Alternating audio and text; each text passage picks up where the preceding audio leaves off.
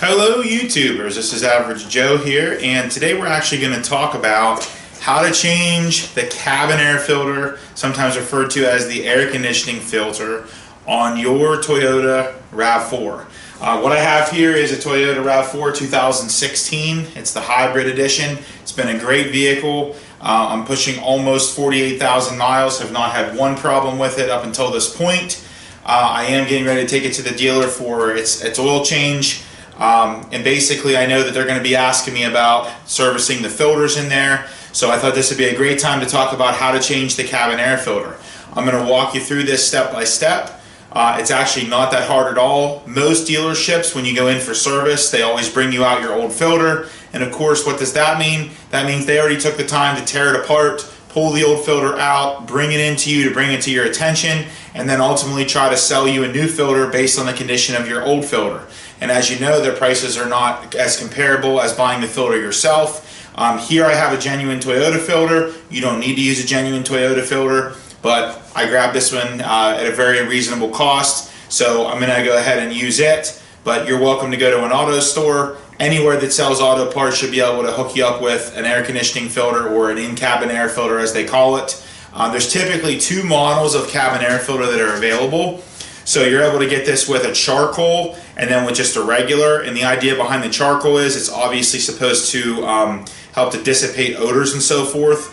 I personally have never had any problems with odors on mine. I just use the traditional filter. I try to get the most basic that I can get. But I'm going to walk you through the process today, and what I show you for the 2016 Toyota RAV4 Hybrid is going to be basically the process for any Toyota. I've had a lot of Toyotas over the years, and they all pretty much are the same in terms of the process for changing the cabin air filter. And the first thing we're going to do is we're going to remove the glove box, and that sounds like it's extremely intimidating and it's a lot of work, but it's actually really easy, and I'm going to take you through that. Okay, so here we are looking at the glove box on the Toyota.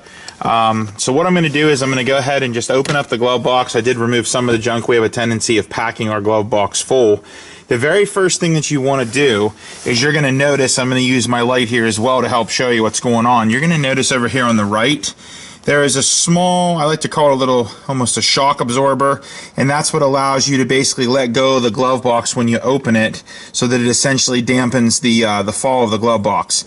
And we're going to remove that very easily. So you're going to notice what I'm going to do, and again, pardon me, I'm trying to film this with one hand and do it with the other, is we're going to squeeze these tabs in, and we're going to pull that directly off so that we can actually remove the glove box the whole way.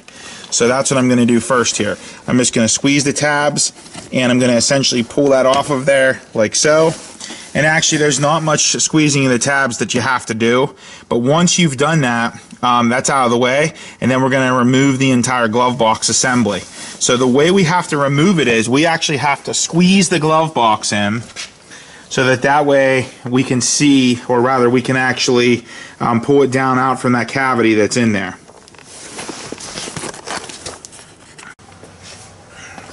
Okay, so we're going to go ahead and remove the glove box assembly, and you're going to see what I do here. I'm simply going to come in, squeeze, push in from both sides. It feels like you're going to break it. You're not. You're just releasing these claws here that hold the glove box in, and it's going to come completely off. Hopefully you don't dump it like I just did. That's what happens when you're trying to do everything one-handed and stay out of the way. Then if you notice, once you get in there, you are going to look and you're going to see that there is a little door inside. So I'm going to remove the camera here from the tripod once again, and if we look, there is a small door inside. Inside of that compartment is your cabin air filter. Pay particular attention on there. It's going to have an up arrow pointing up. And you want to make sure when you reinstall it, obviously it's the same way, but there is a more important point, and that is you want to make sure that the cabin air filter has the arrow pointing upward as well.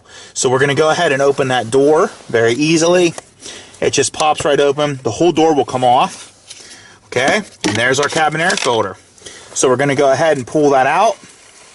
This is probably going to be bad because it has literally probably been 50,000 miles of leaving this in here. It's extremely gross. Let's take a look here. Get this out in the daylight. It's a little chilly today, it's a little windy. But if you take a look, there's my old cabin air filter. It's definitely been in there a while. But again, just pay attention to the fact that on the end here it's marked up. Okay, so if you take a notice here, you take a look at the filter itself, you're going to notice that here we have it, it's very clearly marked up. And it is interesting, it does say on there, replace only, do not service. In other words, if you're someone who's thinking, well, I'm just going to go ahead and take an air compressor and blow out the filter and it'll be fine. Honestly, it's not worth it. The filters are around usually $15 and usually cheaper than that if you get a generic one. Obviously, the Toyota parts are typically, Denso is the manufacturer, so a lot of times you can just buy the Denso brand directly from an auto store instead of it being branded Toyota. You'll save a little bit of money that way. You're also going to notice on the other side there's no labeling whatsoever. If we hold this up to the other one, it's basically the exact same filter except a lot whiter on this one because it's not full of dirt and debris. This really does make a difference as far as filtering the cabin air. If you run your air conditioner a lot, you're running the recycler, that component actually, you're really using this a lot more. So this is filtering all of your outside air and making sure that it's coming through and you're not breathing in all the harmful dust and particles, especially you're driving through construction sites, dust, debris, pollen, etc. It definitely helps out. So we're going to insert this the exact same way with the arrows facing up. We're going to put the door back in place and then we're going to go ahead and close everything up, and I'm going to show you that process. Okay, so let's go ahead and we'll put the new one in. If you take a look there, you can see just going to line it up. I'm going to put that in there. There really is only one way for it to fit in there. It's normal that it feels like it's not going in the entire way because it does just rest in there. We're just going to put the door back on, and I'll show you that step. And then it's time to reinstall the glove box. So there's really not much to it. Again, I apologize about all the camera movements here, but trying to film with one hand and do this with the other. So I'm just going to make sure that that's latched. I'm going to go ahead and snap that in. And guess what? Cabin air filter is changed. Time to reinstall the glove box.